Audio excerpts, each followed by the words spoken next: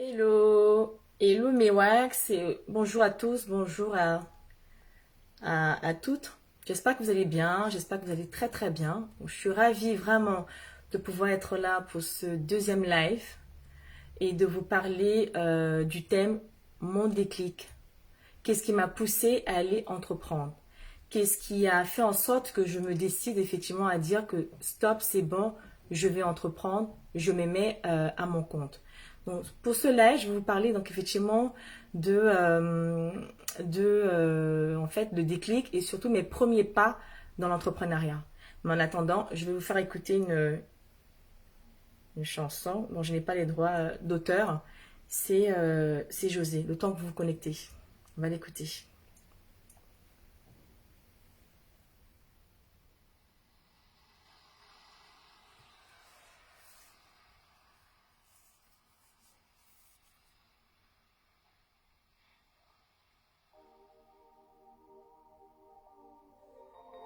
José, espoir. L'espoir fait vivre, peu importe ce qu'on traverse.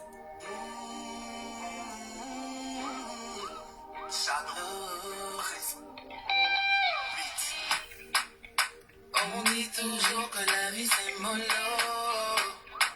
Partir de zéro pour devenir héros.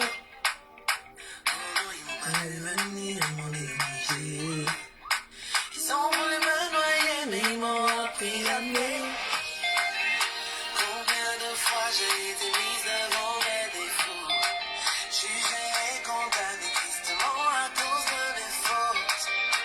Mon Dieu, il regardait de son beau nez. Il a dit stop, tout doit changer. Hey. C'est déjà bouclé. Aux yeux du monde entier, mon gaou a pété. Désormais tout le monde verra mon étoile briller. Dieu a parlé, qui peut contester? Mais je dis ça m'aider. Pour me destiner, mon Dieu s'est levé. Terminé, je ne suis plus la risée du quartier. Qui peut stopper?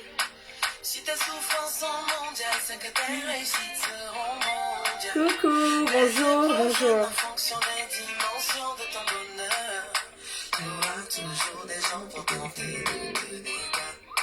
Hypocrisie et trahison pour ta vision.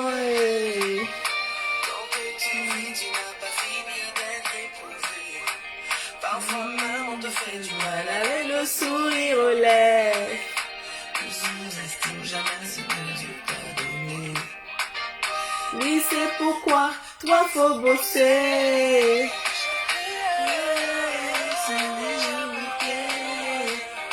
Aux yeux du monde entier, ton doigt ou à péter.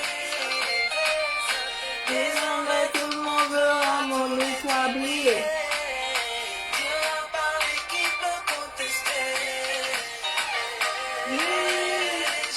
Ça pété.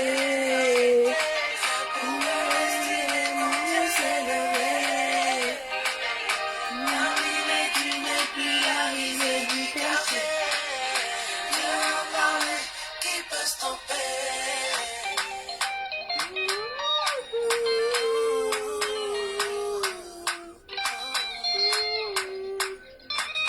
Maintenant les yeux rivés sur toi. Ne perds pas espoir, faut croire en toi. Ne perds pas espoir, il faut croire en toi. Ne perds pas espoir, faut croire en toi.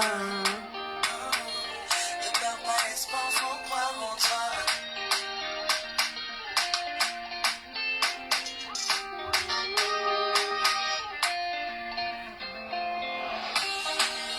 Hey, c'est dit ça peut vrai. Aux yeux du monde entier, mon doigt ou à péter. Désormais tout le monde verra mon étoile briller. Dieu a parlé, qui peut contester? Hey, je dis ça péter.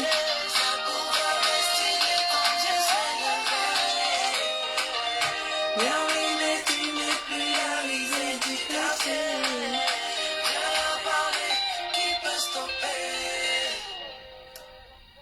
Voilà.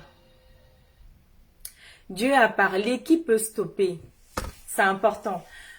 Quand Dieu dit stop, peu importe, quand il intervient dans ta vie, qu'il dit stop, les choses changent. À partir du moment où tu te connectes, que tu comprends effectivement que Dieu lui aussi il te regarde, il a envie que ta vie change. Quand tu arrives à faire la connexion comme ça avec Dieu, les choses elles changent. Bon, c'est important de pouvoir se connecter avec Dieu et quand il dit stop, tout doit changer. Effectivement, les choses elles changent complètement. Mais il faut déjà être capable d'écouter la voix de Dieu. Il faut être capable parce que avant, vous savez, je me disais, est-ce que Dieu parle? Est-ce que Dieu, comment il communique? Mais effectivement, il parle, il communique. Il va communiquer par une personne, il trouve les moyens. Parfois, il communique même directement avec nous. Avant, vous savez, moi, j'avais en fait un souci. C'est-à-dire que dans ma tête, il y avait une partie de ma tête qui me dit, fais des choses comme ça. Une autre partie qui te dit, non. Donc parfois, ça se mixe un peu dans ta tête. Tu te dis, mais finalement, qu'est-ce que tu dois faire? Est-ce que tu écoutes cette voix-là ou est-ce que tu écoutes l'autre voix? Mais le truc, c'est que quand ça se mélange comme ça, et que tu sais même plus quoi faire, la voix que tu dois écouter, elle est la voix la plus haute. C'est-à-dire, la chose qui se passe dans ta tête est la voix la plus haute. C'est-à-dire, ce que tu as envie de faire. Si c'est la chose qui revient tout le temps, c'est celle-là que tu dois écouter. Parce qu'à un moment donné, Dieu lui-même, il dit que, comme il communique avec toi, et qu'il sait aussi que le mal, ou l'esprit du mal, ou les malins, ou le diable lui-même, il passe aussi par le même canal pour communiquer avec toi, il a dit effectivement, parce que j'ai lu dans un bouquin qui est très très intéressant, que finalement pour faire la distinction, il faut écouter la voix la plus haute. C'est la voix la plus haute qui devient la voix de Dieu. C'est celle-là que tu dois écouter par rapport à ta situation actuelle. C'est celle-là que tu dois écouter par rapport à ce que tu as envie de faire, que tu as envie de réaliser. C'est ça qu'il faut écouter parce que Dieu, il parle forcément. Donc, il faut être capable effectivement de pouvoir l'entendre. Donc maintenant, moi, depuis quelques temps déjà, ça fait déjà quand même des années, j'arrive effectivement à me dire, il faut quand je suis dans une situation un peu difficile, délicate comme ça, je me pose 2 secondes, j'essaie d'analyser bien les choses, j'essaie maintenant d'écouter la voix la plus haute, celle qui revient tout le temps dans ma tête. Et là, je me dis, ok, c'est celle-là que je dois pouvoir suivre. Donc la chanson d'aujourd'hui, c'était Espoir, parce que l'espoir, elle fait vivre. L'espoir, vraiment, c'est... Pour ceux qui sont spirituels, hein, si vous me regardez et que vous êtes spirituel, l'espoir, c'est comme avoir la foi. La foi, c'est quelque chose que tu ne sais pas pourquoi, tu ne sais pas comment, mais tu es sûr à 100% que les choses vont se débloquer. Tu es sûr à 100% que ça va se réaliser. En fait, tu as cette conviction-là au fond de toi, au plus profond de toi, tu sais que quoi qu'il arrive, je vais pouvoir avoir ce que je dois avoir. Il y a des moments quand je traverse des situations difficiles, hein, je me reconcentre en fait, c'est-à-dire je me recentre sur moi-même, je me pose et je me dis, quand je commence à peser le pour et le contre, je me dis non, j'ai la foi, j'ai espoir que les choses vont changer, que les choses vont aller de l'avant. Donc c'est important aussi de pouvoir l'avoir. Coucou à tous ceux qui sont connectés, qui me regardent. Bonjour, bonjour à toutes. Bonjour Tina, bonjour Tania, bonjour Colio. Excuse-moi, hein, Colio, Samia, si je prononce mal. Bonjour à tous ceux qui me regardent. Donc, je parle aujourd'hui du thème de mon déclic. Hein. Je vais vous parler de qu'est-ce qui m'a poussé à aller dans le monde de l'entreprise, hein, c'est-à-dire dans le monde de l'entrepreneuriat. Quel est mon déclic? À quel moment j'ai décidé que ça suffit? Il faut vraiment que tu passes à autre chose. Et ensuite, il faut se dire que, quoi qu'il arrive, comme je dis toujours, il faut d'abord commencer par penser à soi-même. À un moment donné, il faut être égoïste. Pas égoïste dans la mesure où il faut marcher sur les autres. Non, il faut d'abord commencer par penser à soi-même. Et les autres suivront. C'est ça. Donc j'espère que vous allez très très bien. Je vais me présenter si c'est la première fois que vous me regardez ou que tu me regardes, même si tu me regardes en replay. Je me présente, je suis Yolande Mag. Je suis entrepreneur depuis plus de 10 ans.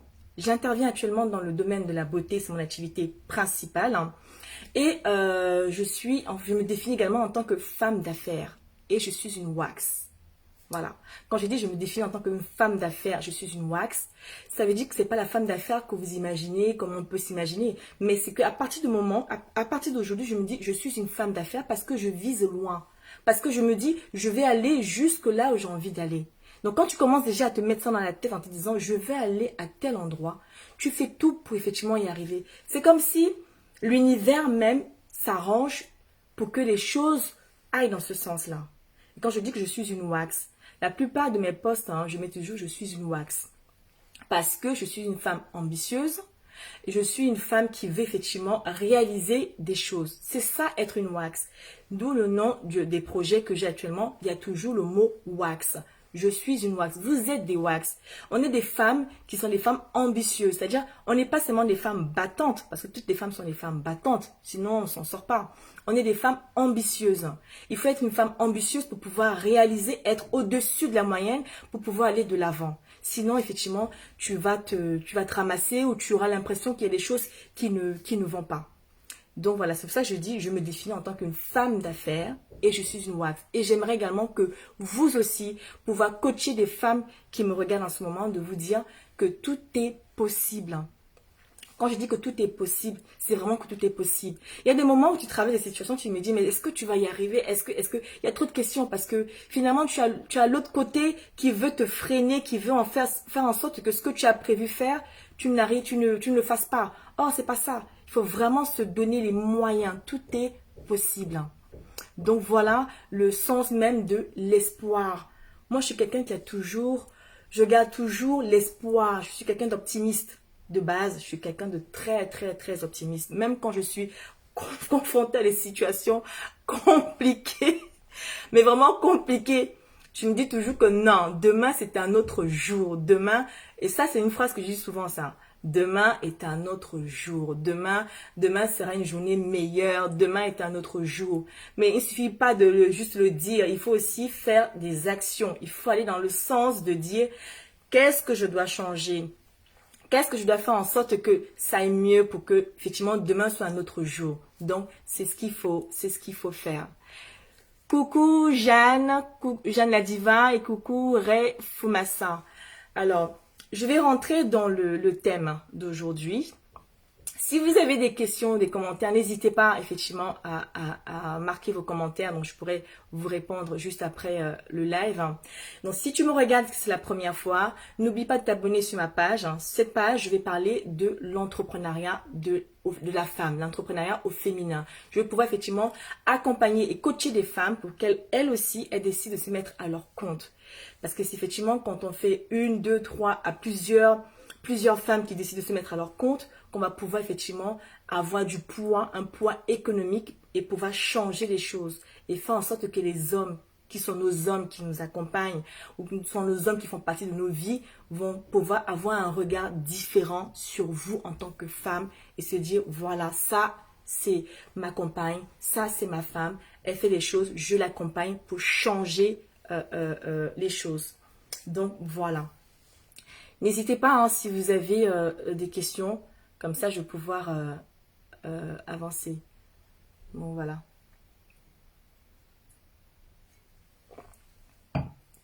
Alors, mon thème d'aujourd'hui, c'est quoi? Mon thème d'aujourd'hui, c'est mon déclic. Le déclic et les premiers pas. Je vais vous expliquer en fait le déclic et le premier pas.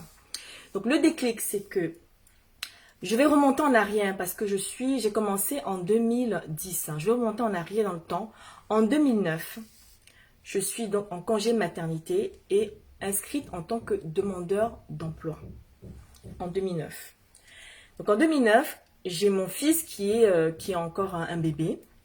Et il me restait, vous voyez à peu près le déclic. Il faut bien écouter parce que j'ai reparti en fait ces lives en 4 thèmes. 4 thèmes de live où je vais parler de mon parcours professionnel jusqu'à aujourd'hui pour que vous arriviez vraiment à voir comment on peut effectivement partir de pas grand chose et réaliser quand on a l'ambition, quand on a le rêve, quand on a en fait un désir de faire en sorte que les choses aillent de l'avant. Donc en 2009, quand je remonte en arrière en 2009, je suis en congé maternité et je suis encore inscrite au Pôle emploi, c'est-à-dire que je suis demandeur d'emploi.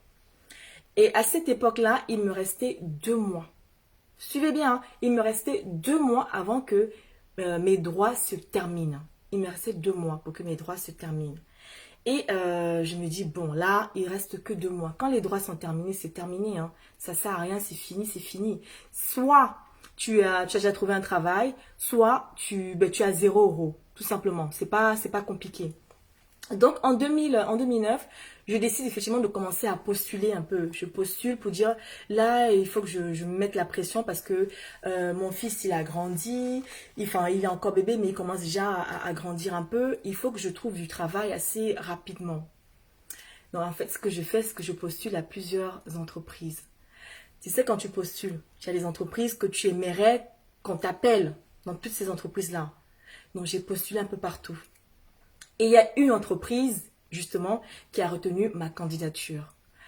L'entreprise, ce qu'elle fait, m'envoie un email en me disant, on a retenu votre candidature, on va vous contacter pour faire un entretien téléphonique. J'étais tellement contente. Mon Dieu, je me souviens encore comme si c'était aujourd'hui. Parce que hier même, c'est trop lundi, je me souviens encore de toute cette scène, de tout ce déclic-là, comme si c'était aujourd'hui. J'étais tellement contente. Je me suis dit, enfin, voilà l'entreprise que je voulais. Parmi toutes les entreprises, elle a répondu. Donc, c'est bon. C'est que ma candidature, elle est pas assurée à 100%, mais quand même, mon CV a retenu leur attention. Donc, voilà. Donc, effectivement, l'entreprise m'appelle. Sauf que le jour où l'entreprise m'appelle, c'est une dame qui m'appelle. Le jour où elle m'appelle, mon fils, il dormait. Et cet enfant avait beaucoup d'énergie. Il avait trop, c'était le premier, mon premier enfant, il a beaucoup d'énergie. Donc j'étais tellement stressée, je me suis dit, si cet enfant se réveille en plein appel téléphonique d'entretien, l'appel va s'arrêter. Parce qu'ils vont considérer que elle est une femme qui vient juste à peine d'avoir un enfant, elle est en congé de maternité, l'enfant a moins de 3 ans. Donc tout le temps, elle va nous dire, oui, je veux m'arrêter parce que mon enfant est malade, oui, machin. Bref, ça passe mal. Surtout le métier pour lequel je postulais, ils vont pas me retenir. Donc, j'étais déjà partie en me disant que si mon enfant, lui, là, quand il se réveille, on dirait que, à ce moment-là, quand il se réveille, c'est comme si, en fait, il avait l'impression qu'il a raté quelque chose. Donc, du coup, en même pas 10 minutes, il était déjà en train de bouger. Et dès qu'il a faim, là, c'est les pleurs. Donc, j'étais tellement stressée durant l'appel. Il y avait une partie de ma tête qui était en train de prier dans la pièce où il dormait en disant, Seigneur, aide-moi que cet enfant-là dorme, que je finisse mon entretien. Et une autre partie qui était en train de suivre l'entretien. Et l'entretien avait duré 45 minutes. 45 minutes d'entretien. C'est long. Coucou Esther. Hein.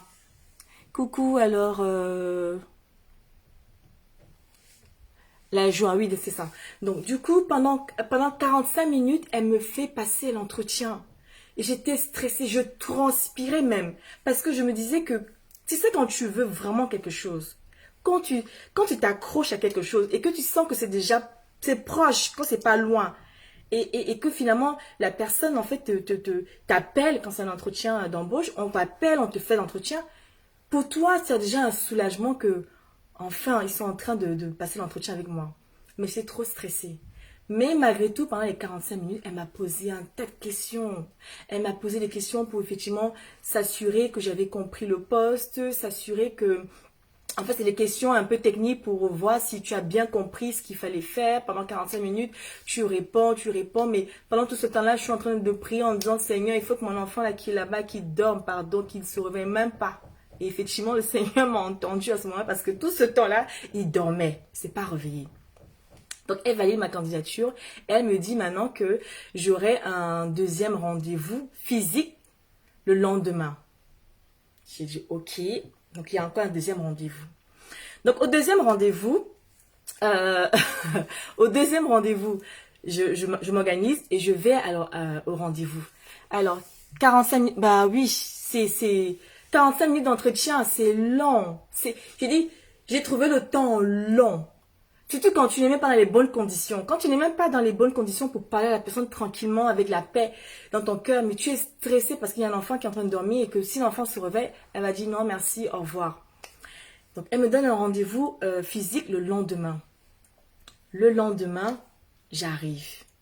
Je me dis, ah, comment il y a du monde comme ça? L'entretien, l'emploi là, c'était pour combien de personnes? On était un peu comme ça, on était une trentaine, quarantaine. J'ai l'impression qu'on était même une cinquantaine de personnes là-bas. Ça faisait trop.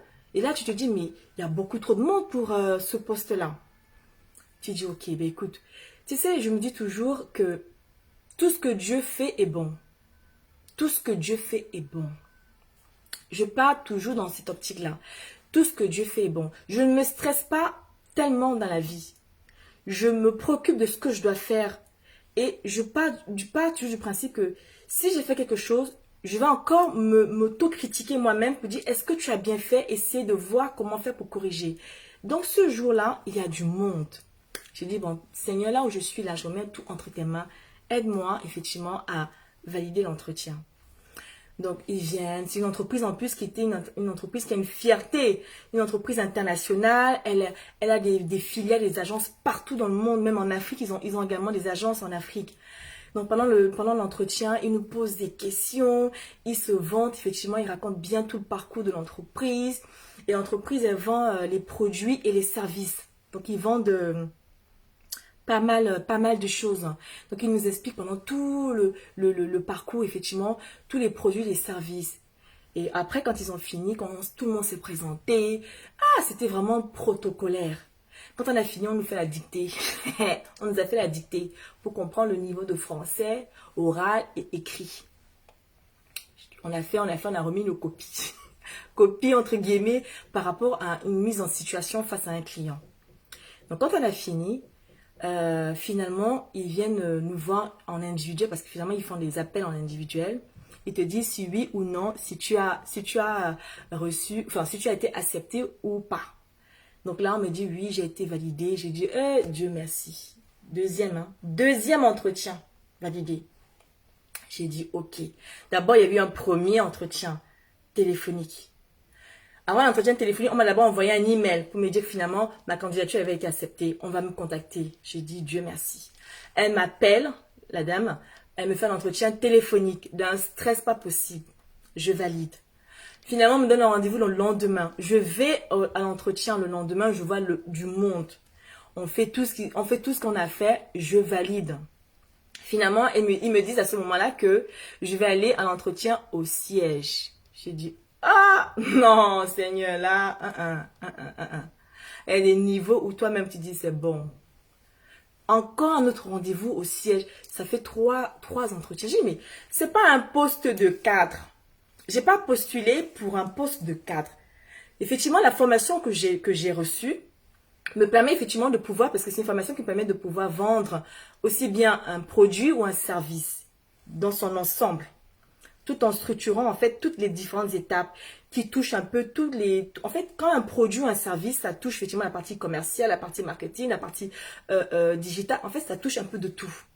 J'ai dit, mais encore un autre entretien au siège, alors que j'ai déjà passé d'autres entretiens. Sur le moment, je me dis, mais ok, au moins tu as déjà validé ces entretiens-là. Tu es déjà à la dernière phase, c'est l'entretien final. C'est-à-dire que c'est déjà au niveau du siège. Alors,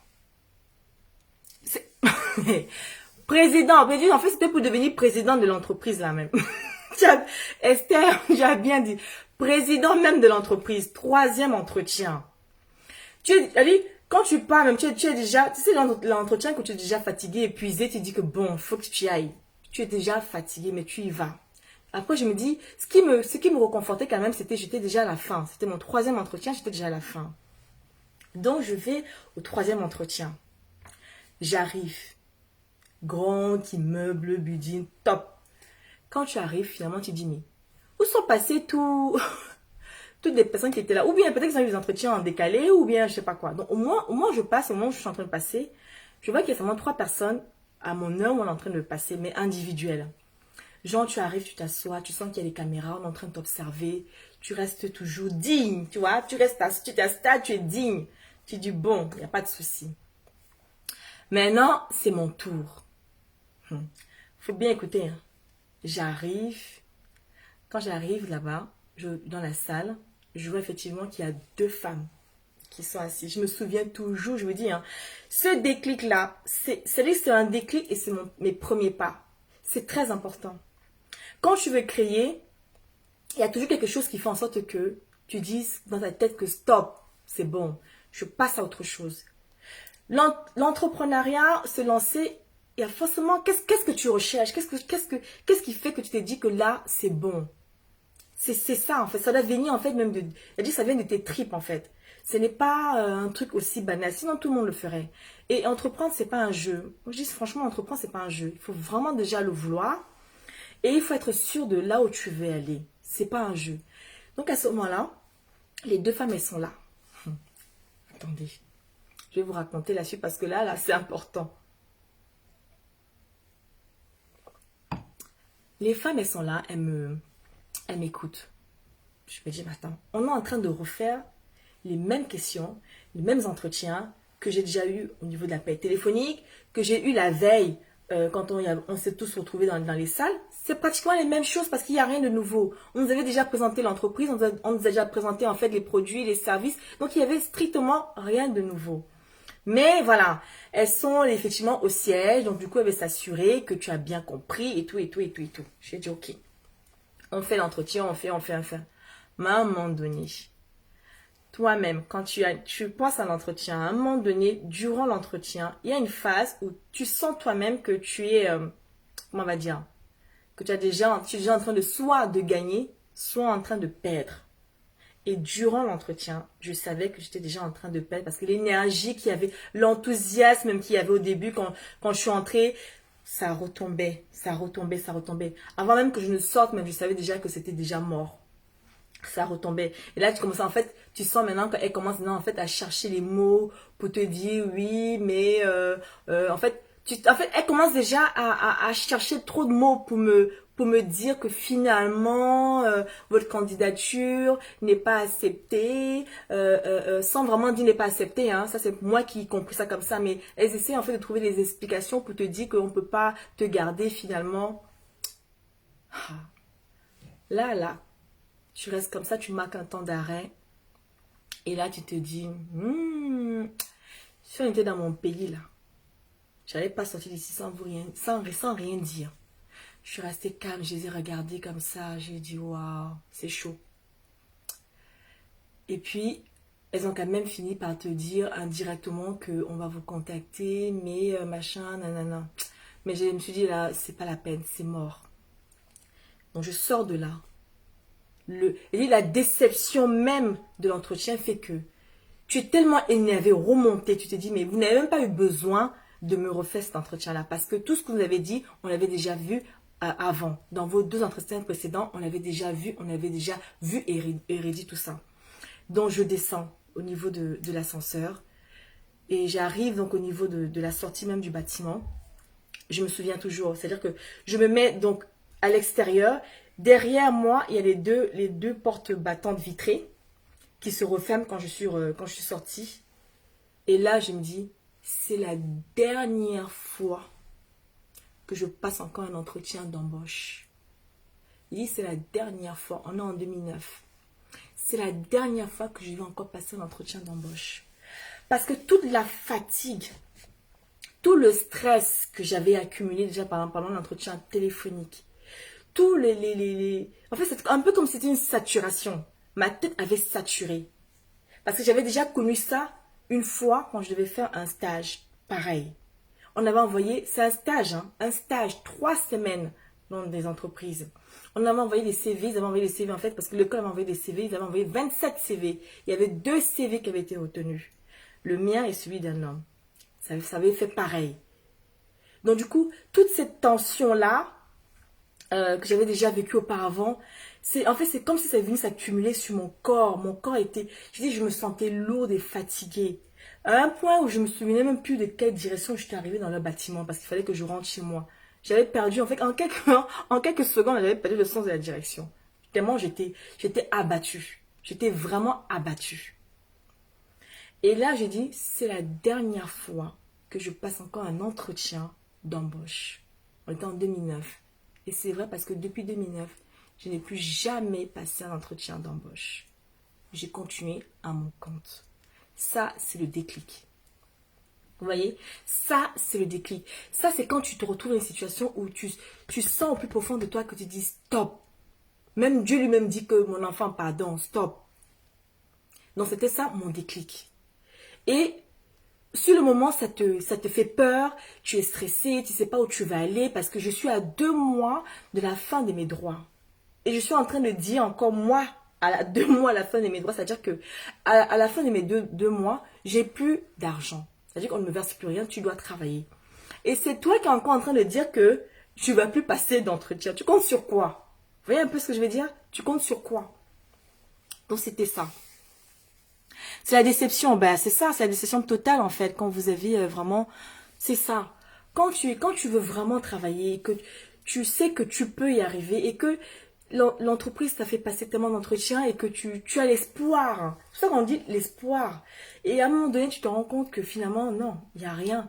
Ça te marque en fait. Et donc à ce moment-là, j'ai dit que non, stop. Quand je suis rentrée, j'ai tellement dormi parce que la fatigue, je pense que c'est la fatigue en fait psychologique. C'était même pas la fatigue du corps, mais c'était la fatigue en fait psychologique. Je me disais, tu as un bébé, comment tu vas faire? Dans 2 mois, tu n'as plus d'argent. Dans 2 mois, tu es en train de dire que tu ne veux plus passer d'entretien d'embauche. Tu comptes sur quoi? Tu vas où? Et tout en fait. Donc à ce moment-là, je me dis, bon, là, je décide, vraiment, hein, je décide de me mettre à mon compte. Maintenant, quand je décide de me mettre à mon compte, qu'est-ce que tu vas faire? Là, on rentre maintenant dans la phase, mes premiers pas dans l'entreprise. Qu'est-ce que tu veux faire? Qu'est-ce que tu vas faire? Et c'est à ce moment-là, quand je vous dis les filles, tu dois faire un bilan sur toi-même. Tu dois maintenant faire un bilan en te disant, qu'est-ce que je sais faire? Quelles sont mes compétences? Quelles sont mes expériences? Dans quel domaine je veux entreprendre? Est-ce que j'ai le capital? Parce que le tout, c'est pas se dire un matin, je veux entreprendre. Il faut avoir les fonds. Il faut avoir le capital pour le faire. Et on est en 2009. C'est pas comme maintenant où les choses ont un peu changé, ont même beaucoup changé. Et qu'il y a beaucoup de facilité par rapport à tout ça, avec les réseaux et tout ça. Donc on est en 2009, c'est encore un peu archaïque en fait. Les organismes pour pouvoir entreprendre, il y en a tellement, tu ne sais même pas par où commencer. Tu te retrouves dans une situation où tu te dis, mais comment tu fais? Et moi, à ce moment-là, j'étais autodidacte. Ça veut dire que j'étais seule à trouver mes propres solutions. J'étais seule à prendre la décision de dire, stop, je veux changer. Tu es seule. Tu n'es pas à plusieurs. Tu n'es pas avec un conjoint. Tu n'es pas avec ton père ou ta mère. Tu n'es pas avec tes frères et sœurs. Tu es seule à prendre la décision. Parce que seule, tu prendras la décision. Seule, tu vas aller de l'avant et tu vas pouvoir effectivement changer ta condition. C'est ce qui se passe en général. Donc à ce moment-là, je décide que bon là, il faut maintenant que tu commences à regarder quelle activité tu veux faire. Et vous savez en plus, c'est que mon fils qui m'avait stressé pendant l'entretien, pourtant j'ai effectivement été reçue à l'entretien d'après, je regarde, je me dis, mais avant d'aller passer l'entretien, j'ai fait garder mon enfant. J'avais fait garder mon enfant. Je vais m'intéresser à la garde d'enfants. Voilà comment est née ma première idée d'entreprise, la garde d'enfants. Et là, on est déjà donc en 2010 parce que les 2 mois, c'était pratiquement la fin de l'année, c'est-à-dire entre novembre et décembre. Donc, on rentre en 2010. Hein. Et l'idée, effectivement, elle vient de la garde d'enfants. Parce que je me suis dit, mais comment j'ai fait pour trouver quelqu'un pour garder mon enfant? Maintenant, je vais faire la garde d'enfants. Il faut avoir ce qu'on appelle l'humilité. Il faut être humble. Je suis quelqu'un de très humble. Et quand il faut se la raconter, tu peux aussi dire oui, j'ai fait. Voilà. Mais il faut déjà avoir l'humilité. Je me dis, je vais m'intéresser à la garde d'enfants. Pourquoi? Parce que la garde d'enfants, à ce moment-là, ça ne me demande pas beaucoup de capital. Hein. Ce sont les compétences que je peux faire. Allez garder un enfant. Allez chercher un enfant à une sortie d'école, là. C'est pas compliqué. Hein. Faut pas un diplôme pour ça. Sortie d'école. Tu te lèves, tu vas chercher. Et après, je me dis, ok, maintenant, je vais m'intéresser. Donc, du coup, de 2010 à 2012, où je décide de passer en société, pendant 2 ans, j'ai travaillé mon projet. J'ai travaillé ce projet. J'ai essayé effectivement de comprendre tout le système de la garde d'enfants à domicile, ce qu'on appelle l'aide à domicile. L'aide à domicile, elle regroupe plusieurs services à l'intérieur, dont la garde d'enfants à domicile, l'aide à domicile pour les personnes âgées, l'aide en fait au repas, c'est-à-dire au portage de repas. Il y a plusieurs activités dans l'aide à domicile. Donc je me suis concentrée sur la garde d'enfants à domicile parce que je me suis dit, Maintenant, tu as, par rapport à ta formation que tu as fait, effectivement, tu as les compétences pour le faire. Tu es largement au-dessus pour le faire. Tu sais le faire. Et j'ai commencé à chercher mes premiers clients. Et je prends à ce moment-là, effectivement, un apport. Parce que j'avais un apport que, et c'est pas négligeable. Maintenant, effectivement, tout dépend, comme on dit, l'argent est relatif. Hein. J'avais un apport de 1 000 € quand j'ai commencé. J'ai acheté 3 trucs, 3 matériels. J'ai commencé par prendre d'abord un ordinateur portable parce que mon fils l'avait déjà cassé. J'ai pris un téléphone, qui soit un bon téléphone portable, et j'ai pris une imprimante. Vous voyez ce que je veux dire? Donc, tout. C'est-à-dire que demain, si j'ai envie de dire, qu'on va dire, oui, elle est une femme d'affaires, elle a commencé quand? Ben, j'ai commencé par là. J'ai commencé avec ça. J'ai commencé par prendre mes 1 000 € pour pouvoir m'acheter ces 3 matériels-là et me dire, voilà, tu commences avec ça. Et voilà le déclic qu'il y a eu. Et puis, petit à petit, j'ai continué à avancer. Donc, quand j'ai pris ce matériel, je me suis dit, bon, maintenant, il fallait chercher les clients. J'ai commencé à chercher les clients. J'ai commencé à m'intéresser. Je suis allée maintenant en profondeur, à savoir quel statut choisir, qu'est-ce que c'est que vraiment la garde d'enfants, est-ce qu'il y a des agréments, qu'est-ce que la loi elle dit, la législation. Donc pendant toutes ces 2 années-là, j'ai pris le temps de vraiment tout éplucher, de pouvoir voir comment ça se passe et mettre pas à pas le projet jusqu'à pouvoir passer en société en 2012. Donc voilà les filles. Vraiment, c'est très important de pouvoir raconter ce que je suis en train de faire pour que vous puissiez comprendre que nous toutes, on a des parcours différents.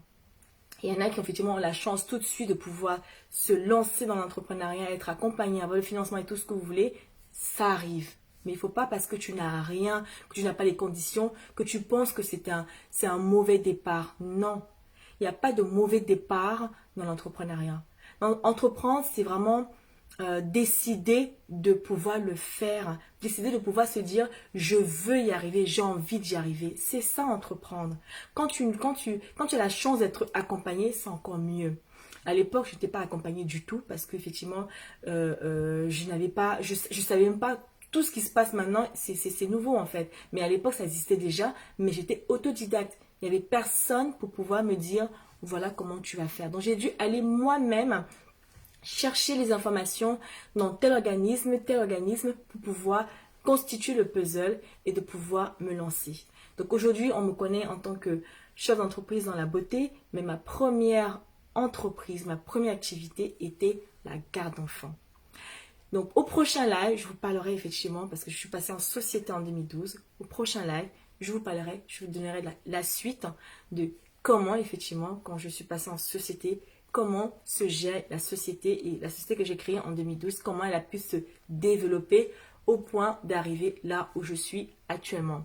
J'ai connu effectivement de la réussite, j'ai également connu de l'échec, j'ai connu des déceptions, j'ai connu des trahisons, mais ça fait partie de la vie. Parce que la vie, dans tous les cas, qu'on soit entrepreneur ou pas, on traverse toutes ces étapes-là. Maintenant, je vais essayer de lire un peu vos commentaires, si vous avez des choses. Donc voilà. Voilà. L'important, effectivement, c'est de commencer. C'est de commencer, de commencer, de commencer. C'est pour ça que, quand je fais ces lives actuellement, je me dis, c'est un projet. Je me dis que je suis déjà passée par des étapes. Je suis passée par des étapes. Et là, je me dis, maintenant, tu as de l'expérience. Parce que Dieu t'utilise aussi pour pouvoir dire, tu es passé par là. Tu peux aussi aider les autres à faire. Pour éviter que les autres fassent les mêmes erreurs. S'il y a une personne, ça je dis, si tu es nouveau sur ma page, que tu es en train de me regarder, partage pour que ça touche au moins 1 ou 2 personnes. Que ça elle puisse regarder et se dire, je peux y arriver. Si elle a réussi, puisqu'elle est en train de nous raconter son histoire, elle est en train de nous raconter son parcours, moi aussi je peux pouvoir le faire. Oui, tu peux le faire. C'est pas compliqué. Il faut seulement se donner, comment on va dire ça, la niaque. Il faut seulement se dire, si je veux, si vraiment je veux, je peux y arriver. Il ne faut pas avoir peur de se lancer. Il ne faut pas avoir peur de dire que comment est-ce qu'on va le percevoir, comment. Mais le tout, une fois que tu es lancé, que tu as quelqu'un qui peut t'accompagner, je vais être là pour vous coacher, pour vous dire les filles, attention, ne faites pas ça par rapport à ça. Parce que effectivement, j'ai fait en fait, on va dire le tour comme ça. Vous voyez, vous pouvez dire, faites attention, on vous accompagne, je vous donne mon expérience, ce sont mes compétences, mes expériences professionnelles, mon réseau, tout ce que j'ai pu effectivement avoir jusqu'ici pour que vous, à votre tour, vous puissiez vous lancer dans l'entrepreneuriat. Donc, au prochain live, il y aura également, donc, comme je l'ai dit, je parlerai maintenant de la société une fois qu'elle a été mise en place. Et je fais également d'autres thèmes sur l'entrepreneuriat au féminin.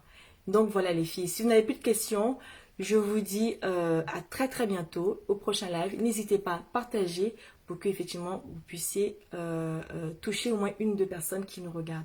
À très bientôt les filles. Alors est-ce qu'il y a de honte? Je commence. Est-ce qu'il y a quoi? Non. Oui, il n'y a pas de honte, Esther. Il faut juste que peu importe. Vous voyez, moi quand j'ai commencé, j'ai fait la garde d'enfants. C'était pas mon métier en fait. C'était même pas comment on va dire, c'était pas ma formation de base. C'est même pas ma formation tout court. Et pourtant je l'ai fait. Je l'ai fait parce que je me disais que je commence bas, je commence à cette échelle-là pour pouvoir effectivement monter et pouvoir atteindre ce que j'ai envie de faire. Donc sur le moment quand tu as quelque chose que tu as envie de réaliser, ne t'occupe pas de dire oui, ça ne correspond pas à mon salaire, ça ne correspond pas à mes compétences, ça ne correspond pas à qui je suis, parce que, non, ça sert à rien. Contente-toi de te dire qu'est-ce que tu veux faire, où tu veux aller.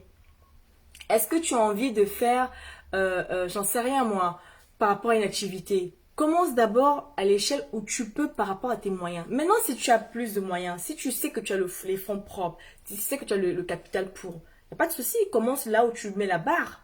Moi, à l'époque, j'ai commencé là où ma barre, où je pouvais. Vous voyez ce que je veux dire? J'ai commencé à ce niveau-là. Donc, on commence toujours par rapport à son niveau. Et d'entreprendre, en fait, on peut commencer peu importe son niveau. Il faut choisir aussi, quand tu sais que tu n'as pas beaucoup de fonds, choisir une activité qui ne demande pas beaucoup de capital pour pouvoir commencer. Ça aussi, c'est très important. Donc, voilà. Et ignorer beaucoup le regard et le jugement des autres, exactement. Parce que le regard et le jugement des autres, c'est un fléau, mais c'est un vrai problème. Le jugement, les gens te jugent sans comprendre ce que tu es, qui tu es. En fait, ils se basent sur l'apparence, ils te jugent. Ils se basent sur les on-dit. Ils se basent eux-mêmes sur... En fait, ils créent même des choses dans leur tête qui ne sont même pas réelles. Ils te jugent. Ils vont se baser sur des choses qu'on ne comprend même pas. Ça, c'est quelque chose que j'ai toujours traversé. À partir du moment où j'ai décidé de me mettre à mon compte en 2010 jusqu'à aujourd'hui, je le vis tout le temps en permanence. Le regard et le jugement des autres. Mais moi, comme je dis, tu le fais pour toi-même. Tu sais que au fond, tu es en harmonie avec toi-même. Donc, le regard et le jugement des autres, il y en a toujours. Même quand tu n'es pas en entreprise, même quand tu es au chômage même, il y a le regard et le jugement des autres. Donc, c'est quelque chose qui fait partie du monde, tout simplement. Donc, on peut pas condamner ces gens-là. Ils seront toujours là pour pouvoir te juger sur ce que tu fais. Donc voilà les filles. Écoutez, je vous dis donc la semaine prochaine, ça sera toujours mercredi, parce que là on a changé effectivement, parce qu'avant j'avais fait mardi, mais le prochain live sera le mercredi à 14 h. Donc restez connectés pour pouvoir suivre, parce que ça devient maintenant de plus en plus intéressant, parce que les 2 lives qui vont suivre, c'est vraiment les lives intéressants. Je vais rentrer dans le détail pour vous dire c'est quoi vraiment quand tu crées une entreprise dans le monde de la garde d'enfants. Et comment je passe de la garde d'enfants dans le monde de la beauté comme activité professionnelle. Je vous dis à très bientôt. Bisous, bisous. Ciao.